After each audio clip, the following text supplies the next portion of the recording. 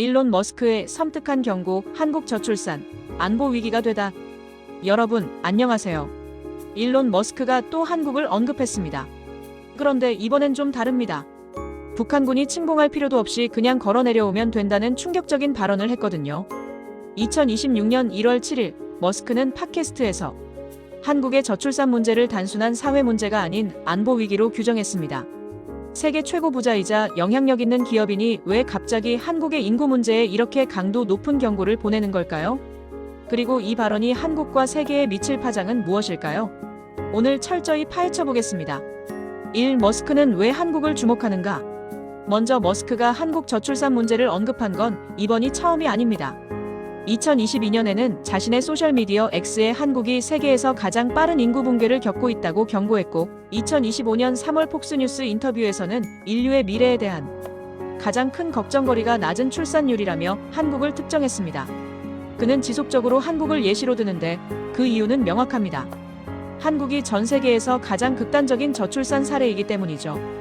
머스크가 제시한 수치를 보면 한국의 출산율은 인구 유지에 필요한 대체 출산율의 3분의 1 수준입니다.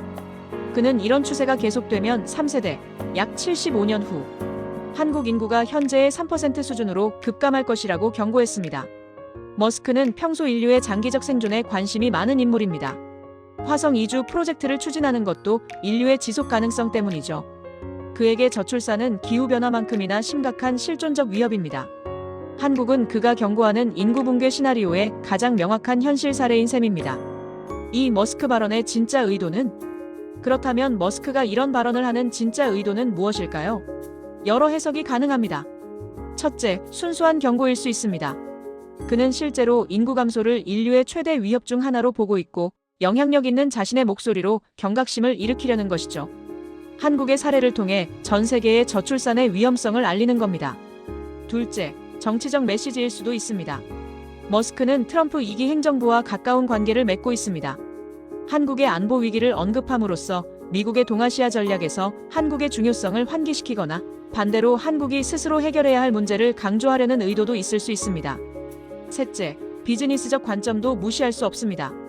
테슬라는 한국의 배터리 기술에 의존하고 있고, 인구 감소는 곧 시장과 인재 풀의 축소를 의미합니다. 한국 경제의 지속 가능성은 곧 그의 사업과도 직결되는 문제입니다. 넷째, 그의 발언 방식 자체가 주목을 받습니다. 북한군이 걸어 내려오면 된다는 표현은 의도적으로 자극적입니다. 이는 머스크 특유의 커뮤니케이션 전략으로 충격적 발언으로 이슈를 만들고 대중의 관심을 환기시키는 방식이죠. 3. 한국과 세계에 미치는 영향. 머스크의 이런 발언은 실제로 어떤 영향을 미칠까요? 국내적으로는 저출산 문제에 대한 사회적 논의를 다시 촉발시켰습니다. 특히 안보와 연결시킨 점이 새롭습니다. 지금까지 저출산은 주로 경제적, 사회적 문제로 다뤄졌는데 머스크는 이를 국가 존립의 문제로 격상시켰습니다. 이는 정책 우선순위를 재조정하는 계기가 될 수 있습니다. 해외에서는 한국에 대한 인식에 영향을 줍니다.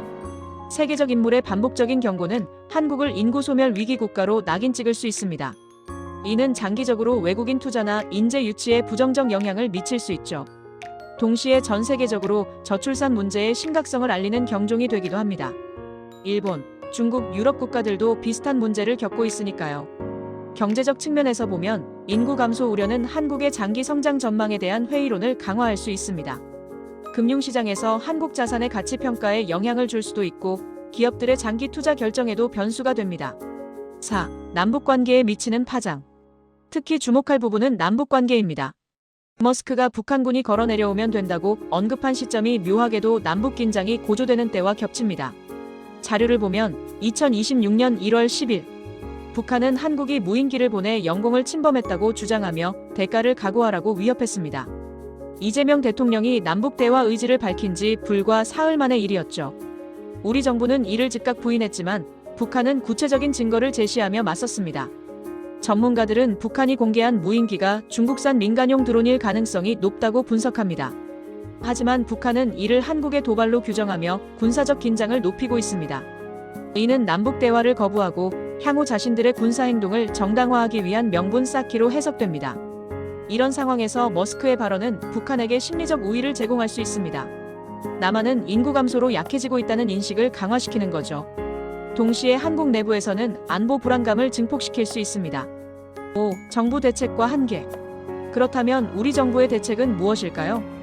자료에 따르면 이재명 정부는 출범 7개월간 공공기관장 인사조차 제대로 진행하지 못하고 있습니다.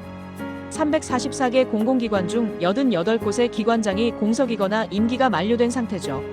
저출산 대책을 포함한 핵심 국정과제 추진의 차질이 우려되는 상황입니다. 역대 정부들도 저출산 문제에 천문학적 예산을 쏟아부었지만 뚜렷한 성과를 내지 못했습니다. 보육 지원, 주거 안정, 일자리 양립 등 다양한 정책이 나왔지만 출산율은 계속 하락했습니다. 근본적 문제는 정책이 아니라 사회 구조와 문화에 있다는 지적이 많습니다.